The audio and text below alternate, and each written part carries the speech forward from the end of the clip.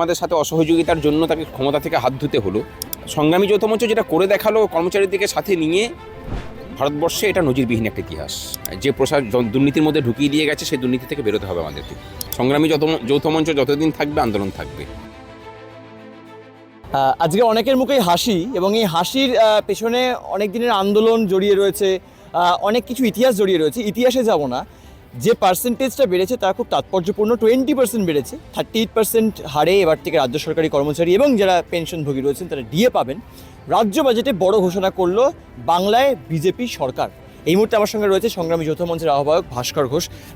দাদা, খুব তাৎপর্যপূর্ণভাবে এই হার বৃদ্ধি, এবং তাও কেন্দ্রের সঙ্গে রাজ্যের যে ফারাক, মুখ্যমন্ত্রী নিজে বলেছেন যে ধীরে ধীরে কিন্তু এই ফারাক অনেকটা কমবে। এখনও অবধি কতটা খুশি? মানে মঞ্চে আসার পর দেখতে পাচ্ছি মিষ্টি খাওয়ানো চলছে, আবির খেলা হয়েছে, সব হয়েছে।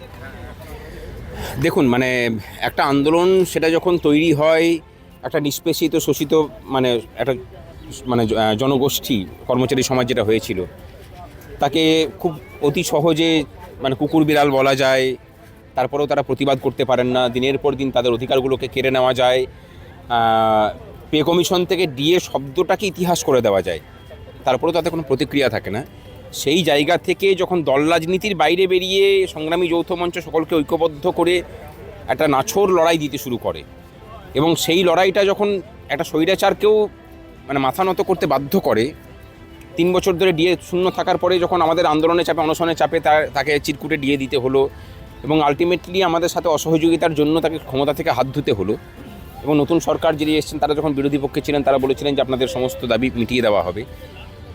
এই যে যাত্রা এবং তার যে অন্তিমতা, এটা তো একটা প্রশান্তি তো বয়ে আনি। এটা খুশির থেকেও হয়তো আরও বেশি, যে একটা প্রশান্তি, একটা লড়াই, একটা নাছোড় মানসিকতা, তার একটা পরিণতি বলতে পারেন। আর বকেয়া ছিল 42% আজকের দিনে দাঁড়িয়ে, সেটার 20% মেটানো হয়েছে, প্রায় 50% এক লপ্তে মিটিয়ে দেওয়া হয়েছে। বাকিটাও মিটিয়ে দেওয়ার কথা বলেছেন। সুপ্রিম কোর্টের রায় মেনে যে ডিএ দেওয়া হয়ে গেছে বলে মুখ্যমন্ত্রী বলেছেন, সেটাতে একটু সংশোধন দরকার। সেখানে কিন্তু গ্রান্ট ইন এডের কর্মচারীরা এখনও পাননি। কলকাতা কর্পোরেশন এরিয়াতে যেসব ব্যাংক আছে, সুপ্রিম কোর্টের রায় মেনে বলছি, দুটো ভিন্ন ডিএ, দুটো পে কমিশন জুড়ে কর্মচারীদের সাথে বঞ্চনাটা চলছিল। কর্মচারীরা সংগ্রামী যৌথ মঞ্চের নেতৃত্বে এই গোটা জয়যাত্রাটাকে এক জায়গায় করতে পেরেছে। সংগ্রামী যৌথ মঞ্চ যেটা করে দেখালো কর্মচারীদেরকে সাথে নিয়ে, ভারতবর্ষে এটা নজিরবিহীন একটা ইতিহাস, এটুকু বলতে পারি। 18% ছিল, 4% বাড়ানো হয়েছিল আগের রাজ্য বাজেটে। সেক্ষেত্রে দাঁড়িয়ে এখন 20% বাড়ানো হলো, এবং তারও 5 গুণ। সেক্ষেত্রে দাঁড়িয়ে এত কম পার্সেন্টেজ বাড়া, এবং সেটা কার্যত বলবৎ হয়নি তার আগে সরকার পরিবর্তন, এবং 58% থেকে 2% 60% কেন্দ্র করলো।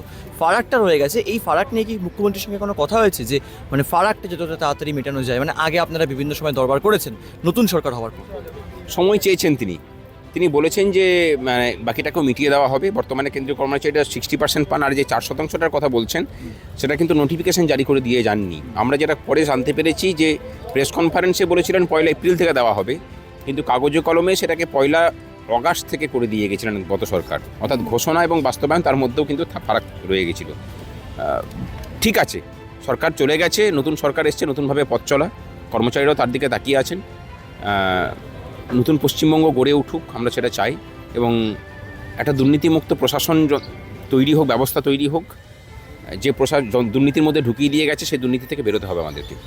সংগ্রামী যৌথ মঞ্চ এতদিন ধরে আন্দোলন চালিয়ে গেছে, সংগ্রামী যৌথ মঞ্চ আন্দোলন, রাজ্যের পরিবর্তন, রাজ্য বাজেটে একটা বড় পরিবর্তন। এখনও কি সংগ্রামী যৌথ মঞ্চের সঙ্গে আন্দোলন টার্মটা যুক্ত থাকবে? আর সংগ্রামী যৌথ মঞ্চ যতদিন থাকবে, আন্দোলন থাকবে, বিভিন্ন রূপে সেটা থাকবে।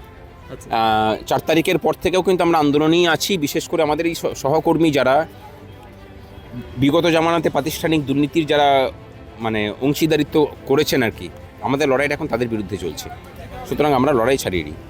অর্থাৎ স্বাভাবিকভাবেই আমরা কথা বলছিলাম ভাস্কর ঘোষের সঙ্গে, তিনি যে বিষয়টি সামনে রাখলেন যে একদিকে রাজ্য বাজেটে বড় ঘোষণা, এবং সেক্ষেত্রে 18% থেকে ডিএ বাড়িয়ে 38% করা হলো, অর্থাৎ 20% ডিএ বৃদ্ধি। যদিও ফারাকটা রয়েছে, তবে মুখ্যমন্ত্রী শুভেন্দু অধিকারী তিনি স্পষ্ট জানিয়ে দিয়েছেন খুব তাড়াতাড়ি কিন্তু এই ফারাক মেটানোর কাজ করবে রাজ্য। এখন দেখার বিষয় যে হাসি মুখ এতদিন পর সংগ্রামী যৌথ মঞ্চের প্রত্যেকের যারা দীর্ঘদিন ধরে আন্দোলন চালিয়ে গেছেন তাদের মুখে ফিরে এসেছে। সেই হাসির হাসির যে চওড়া হাসিটা আরও চওড়া হবে, তো সেটাই এখন দেখার। ক্যামেরায় মৈনাক ব্যক্তির সঙ্গে শুভ্রজিৎ চক্রবর্তী, এই সময় লাইভ, কলকাতা।